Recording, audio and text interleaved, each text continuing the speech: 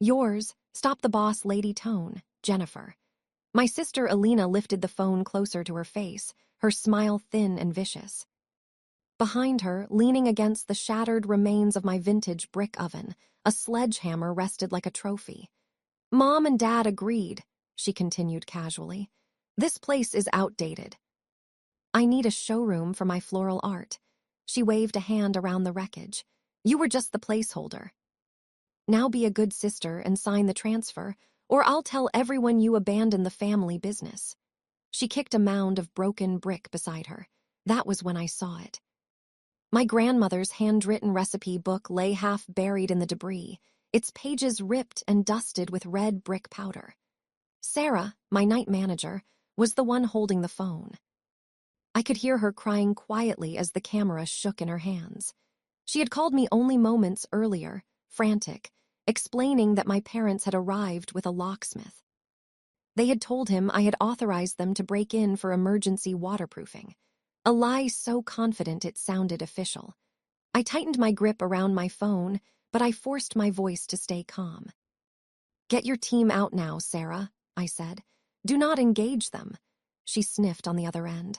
I'm transferring payroll to my personal holding company effective immediately. Your jobs are safe. Then I looked at Alina one final time through the screen. I didn't yell. I didn't argue. I simply took a screenshot. Okay, I said, and I ended the call.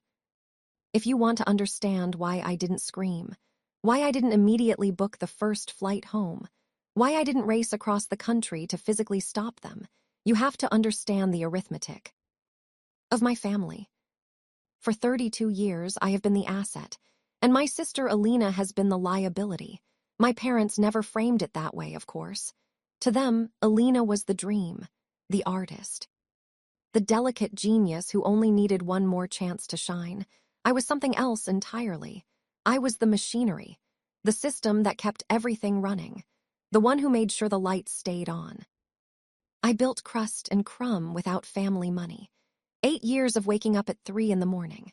8 years of flour in my lungs and burns across my forearms that never quite faded. I didn't just learn how to bake bread.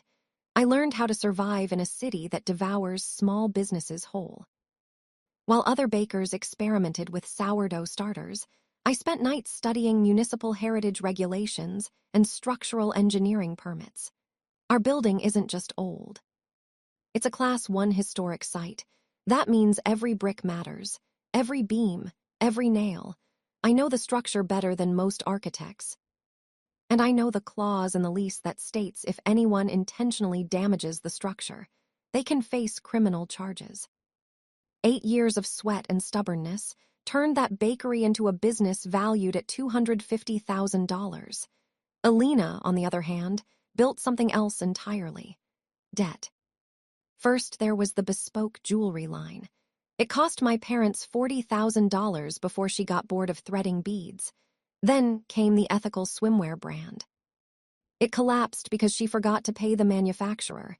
Each time the pattern repeated, my parents would call me. Jennifer, my mother would say softly, her voice thick with guilt. Your sister is in trouble. We need to help her. Then came the line I had heard my entire adult life. It's just money. You can always make more. And I did. I paid her suppliers. I covered overdue rent. I cleaned up every financial disaster she left behind while chasing her latest aesthetic. They never respected the bakery. To them, it wasn't a business. It was just a hot, noisy room where I worked myself to exhaustion so I could write checks. They didn't see the years of labor.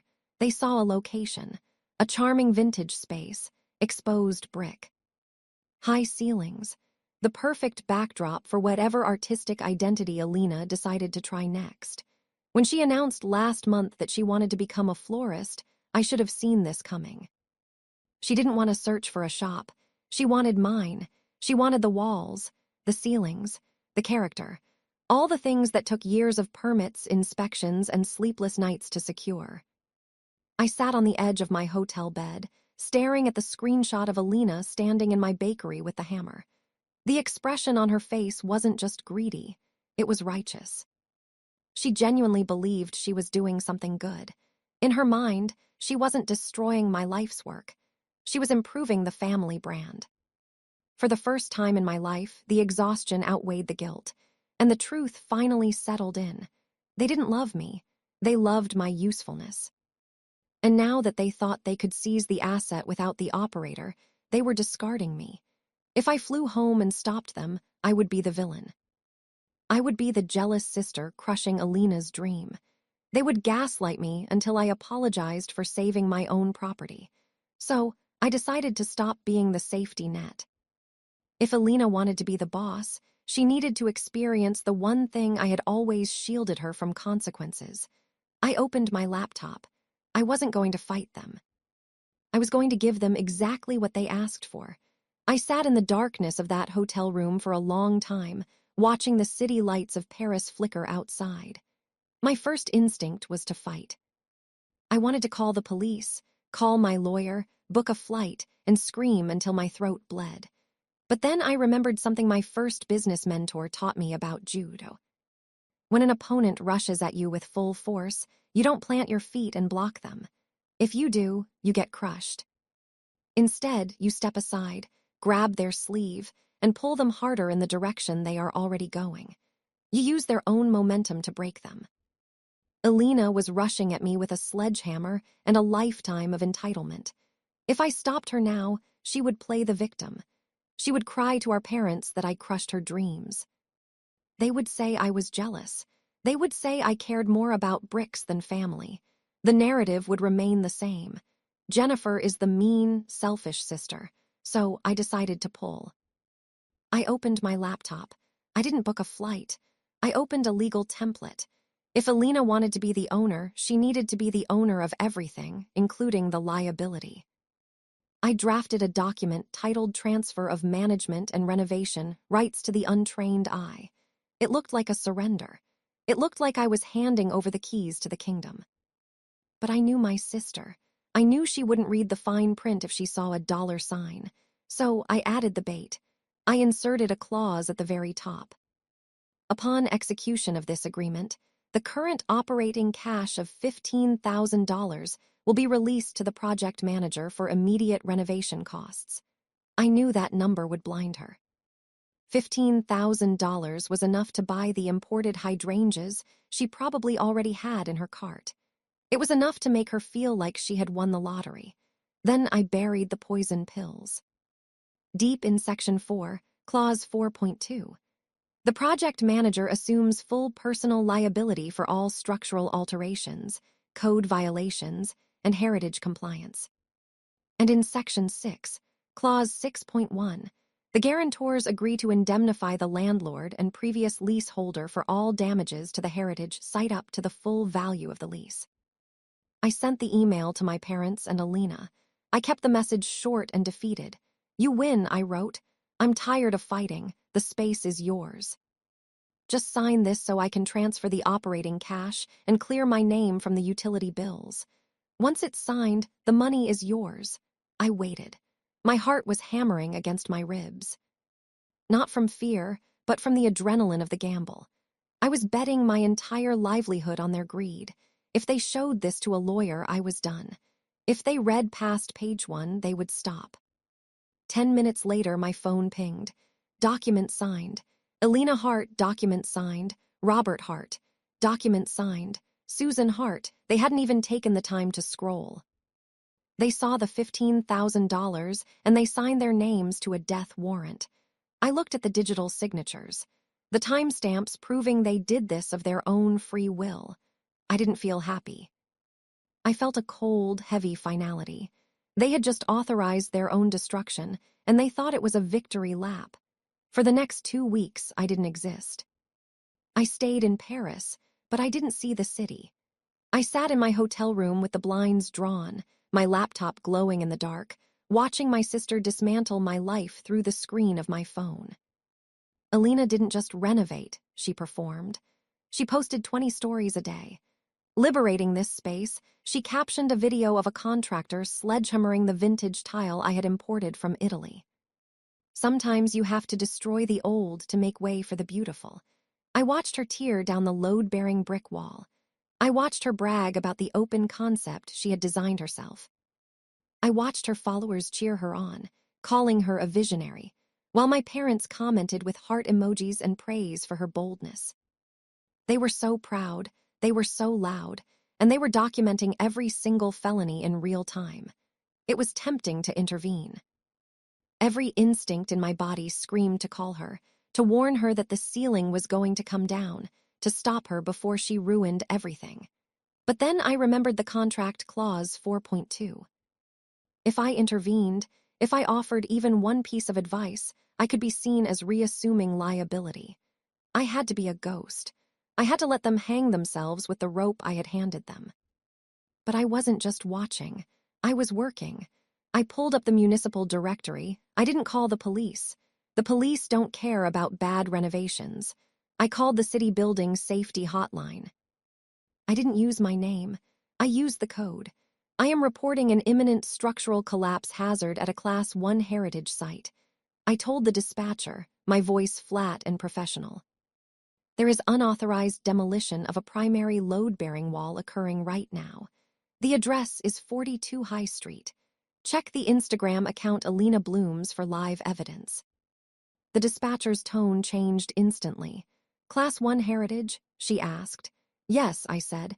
And the building is occupied on the upper floors. That was the key. Heritage violations get you a fine. Risking the lives of tenants gets you a code red emergency response. I hung up and booked a flight home. I timed it perfectly. I wouldn't be there to stop the demolition. I would be there for the opening. I wanted to see their faces when the dust settled.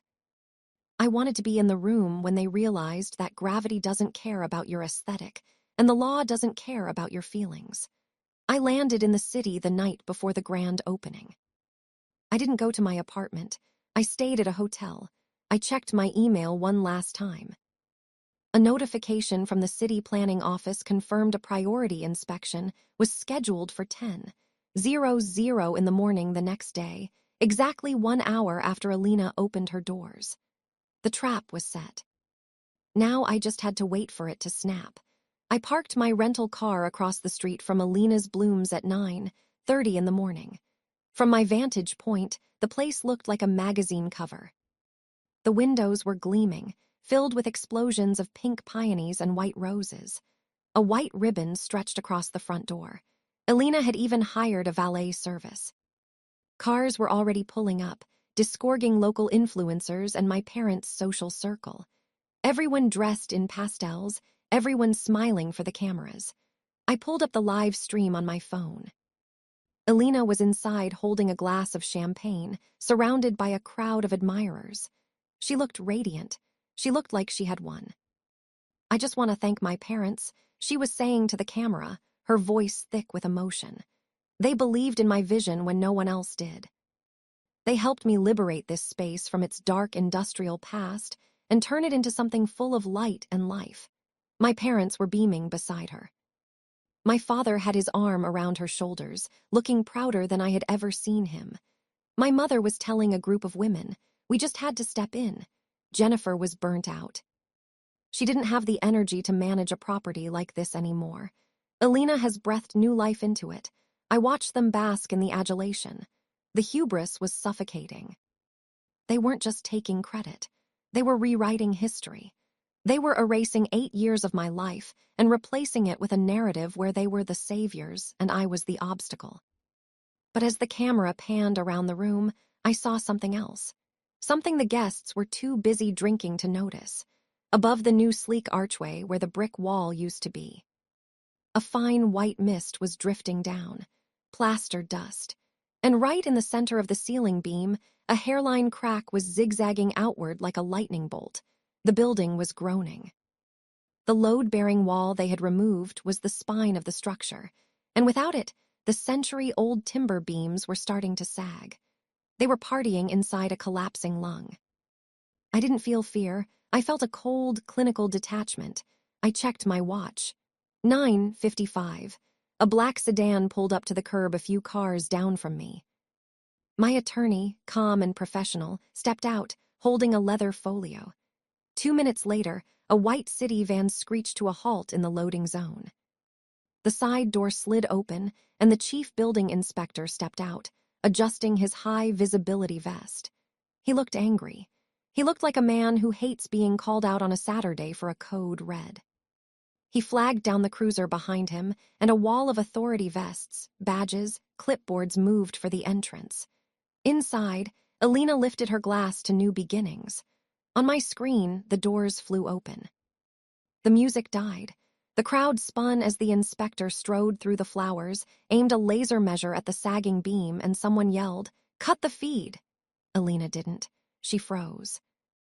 The trap had snapped shut, and I watched it all from my car. The shop went dead quiet, the kind that happens when prey senses a predator. The fire marshal ignored my mother's outstretched hand and went straight to the torn archway and the widening crack above it, dust sifting down onto the arrangements. He peeled a bright orange sticker and slapped it onto the glass. "Unsafe. Do not enter. This building is structurally compromised." He announced immediate evacuation. "This is a crime scene." Alina stumbled back, knocked over a vase, water pooling around her designer heels. The live stream kept rolling as her face shifted from smug to terrified. And like always, she pointed at me. "It's not mine," she shrieked. "It's my sister's, Jennifer Hart. She owns the lease. Arrest her." My parents joined in instantly, insisting I was the negligent owner and they were only cleaning up my mess. It didn't hurt. It confirmed everything. Then the back door opened and my attorney, Mr. Sterling, stepped into view. He raised a small remote and killed Alina's projected logo. A crisp PDF replaced it. "Actually, Inspector," he said calmly, "that's incorrect. It was the transfer of management and renovation rights." Sterling clicked to clause 4.2. The project manager assumes full personal, legal, and structural liability for all alterations. He displayed the $15,000 payment receipt accepted by Alina, proving the contract was active. Alina stared at her own signature, silent.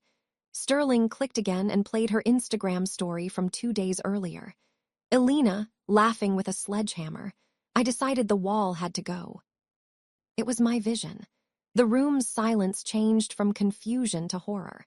Alina had treated a load-bearing structure like decor, and gravity was collecting the debt. The chief building inspector stepped forward.